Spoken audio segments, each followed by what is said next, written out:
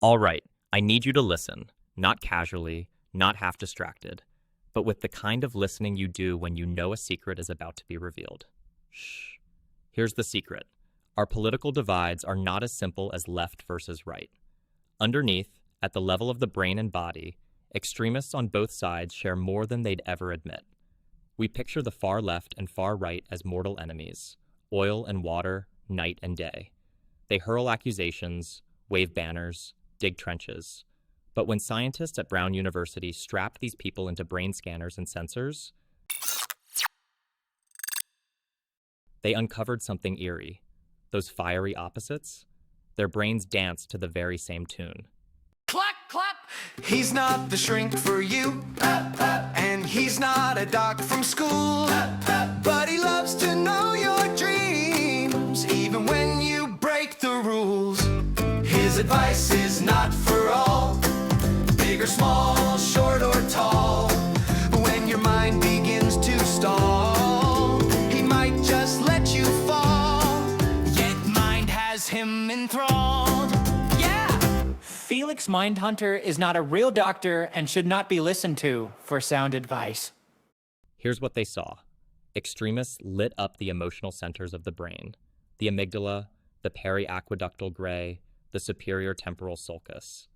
All of our fight-or-flight regions, hot zones for raw effect. And then, when extremists watched political videos, their neural activity began to synchronize.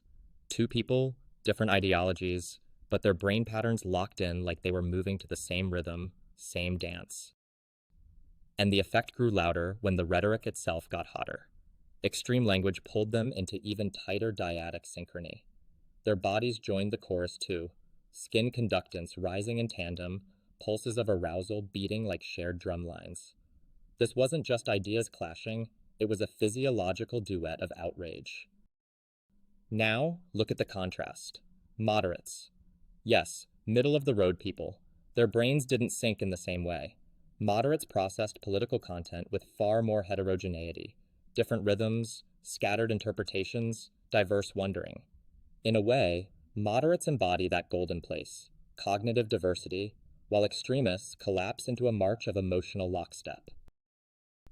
This is what some call the horseshoe effect, the idea that the extremes curve back toward one another. Neuroscience is showing us that it's not just metaphor, it's actually measurable. Extremists aren't bound by ideology at all, they are bound by intensity.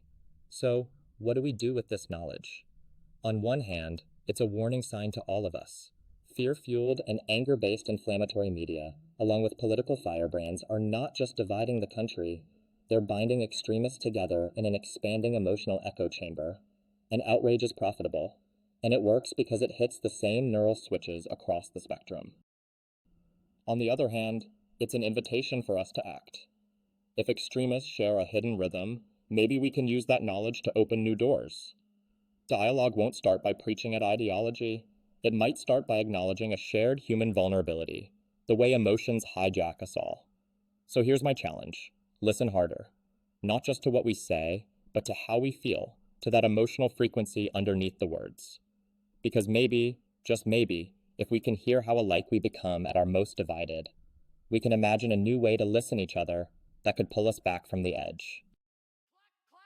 He's not the shrink for you, and he's not a doc from school, but he loves to know your dreams, even when you break the rules. His advice is not for all, big or small, short or tall. When your mind begins to stall, he might just let you fall, yet mind has him enthralled. Felix Mindhunter is not a real doctor and should not be listened to for sound advice.